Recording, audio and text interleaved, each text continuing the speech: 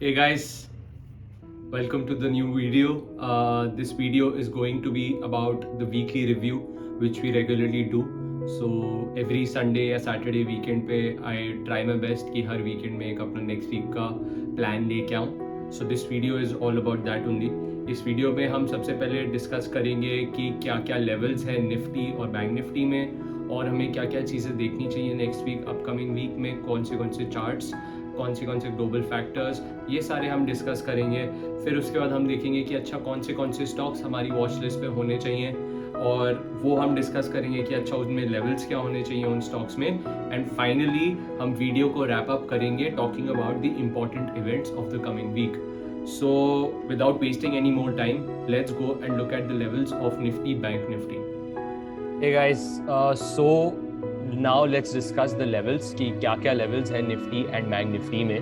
so सबसे पहले हम निफ्टी की तरफ चलते हैं और निफ्टी के हम लेवल्स देखते हैं. so निफ्टी की एक जो अभी फर्स्टली जो SGX निफ्टी है वो थोड़ा ऑफ ही चल रहा है थोड़े दिन से. अब देखते हैं कल सुबह क्या होता है, बट वो दिखा रहा है कि निफ्टी 18,000 के आसपास ओपनिंग हो सकती है क्योंकि यूएस मार्केट में बहुत अच्छी स्ट्रेंथ थी फ्राइडे को. सो हो सकता है कि एक गैप अप ओपनिंग हुए. तो गैप अप के बाद अब एक्सपेक्ट करते हैं कि क्या हो सकता है. तो पहले हम रेजिस्टेंस ही देख लेते हैं क्या रहेगी हमारे लिए. तो एक तो रेजिस्टेंस हमारी अराउंड होगी 17,900 के आसपास. 17,900 के अगर आपको ऊपर खुलती है तो मेरे हिसाब से कल के लिए 17,800 एक सपोर्ट बन सकता है.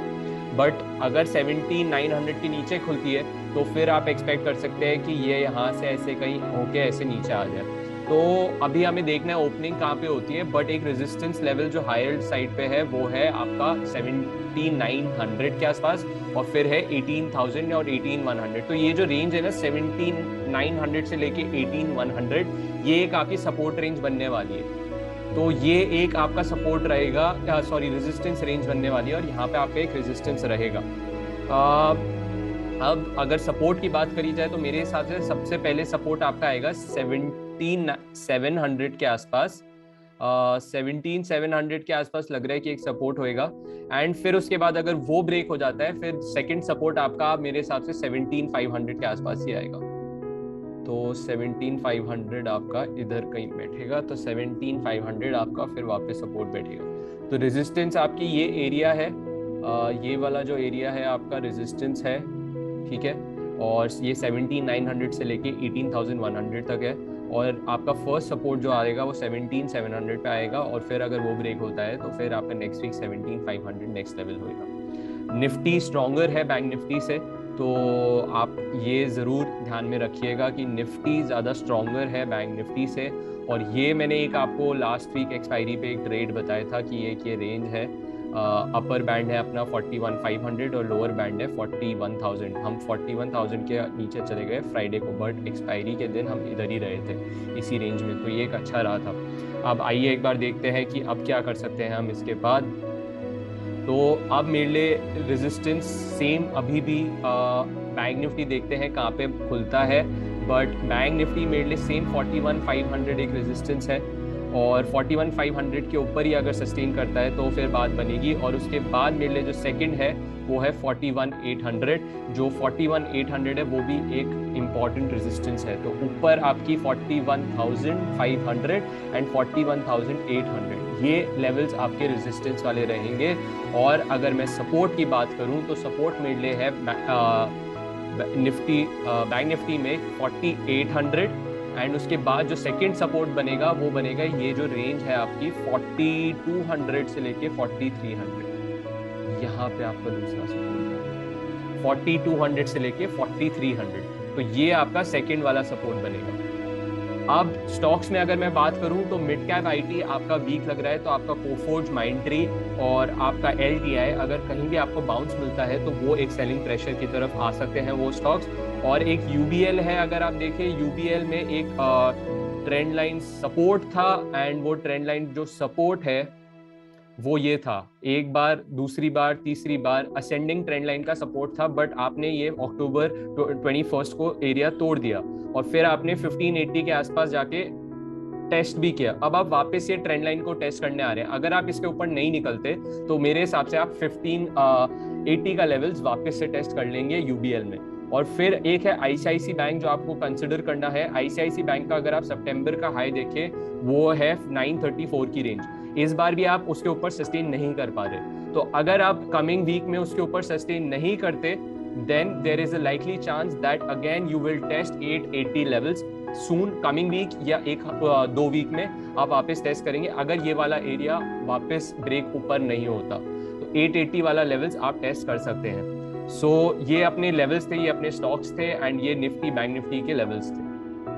आई होप आपको ये जो लेवल्स अभी हमने डिस्कस करे हैं वो एक अच्छी तरीके से आपको प्लान बन गया हो कि अच्छा क्या क्या प्लान होना चाहिए आपका।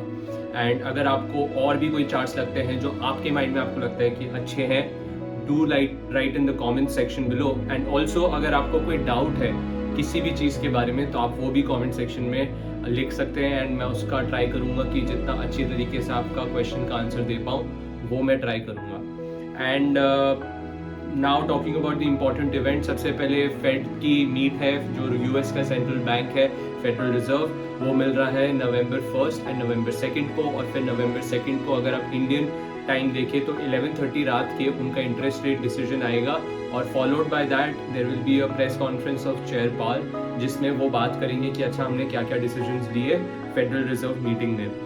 फिर उसके बाद एक आरबीआई की अनस्केड्यूल्ड मीटिंग होने वाली है। सो आरबीआई एक स्पेसिफिक टाइम पे मिलता है एवरी 2 मंथ्स, तो उसको अभी दिसंबर में मिलना था बट आरबीआई ने एक अभी अनाउंसमेंट की है जिसमें उन्होंने बोला है कि हम नवंबर 3 को वापस मिलेंगे एंड ये एक अनस्केड्यूल्ड मीटिंग होगी। और ये इस वजह से है क्योंकि उनको एक गवर्नमेंट को रिपोर्ट प्रोवाइड करनी है कि हमारी जो टॉलरेंस लेवल है इन्फ्लेशन का 2 से 6% उसके अबव हम 2 क्वार्टर तक रहे हैं। तो अब उनको गवर्नमेंट को एक्सप्लेनेशन देनी है और ये बताना है कि हमारा क्या यहाँ से प्लान होने वाला है। और फिर उसके बाद थर्ड है कि रिजल्ट्स आने वाले हैं। रिजल्ट्स में आपका भारती एयरटेल, एल&टी, टाटा स्टील, सन फार्मा, हीरो मोटोकॉर्प, एचडीएफसी, सिप्ला, टाइटन, ये सारी कंपनीज जो है बड़ी कंपनीज जो अपने रिजल्ट्स अनाउंस करेंगी। और फिर बैंक ऑफ इंग्लैंड जो है जो यूके का सेंट्रल बैंक है वो भी अपना इन्फ्लेशन रेट डिसीजन देंगे in the coming week on November 3 and they are supposed to do an interest rate hike of 75 basis point या 0.75% जिसे हम कहेंगे। तो उनकी इन्फ्लेशन काफ़ी हाई है तो वो भी अपने इंटरेस्ट रेट हाइक करने वाले हैं एंड ये हाईएस्ट होने वाला है लास्ट 33 ईयर्स में। फिर उसके बाद नवंबर 4 को आपका यूएस का जॉब्स डेटा आएगा एंड लास्टली आपका नवंबर 1 से इंडिया में ऑटो कंपनीज अपनी सेल्स रिपोर्ट प्रोवाइड करने लग जाएंगी कि उन्होंने लास्ट मंथ कैसी सेल्स की थी। सो उसकी स्पेसिफिकली ऑटो सेक्टर पे इफेक्ट होएगा, तो आप ऑटो सेक्टर पे अपनी नज़र बना के रख सकते हैं। So yes, these were the events we needed to talk about. And guys, if you liked the video, do hit the like button and also subscribe to the channel. See you soon in the next video. Bye bye.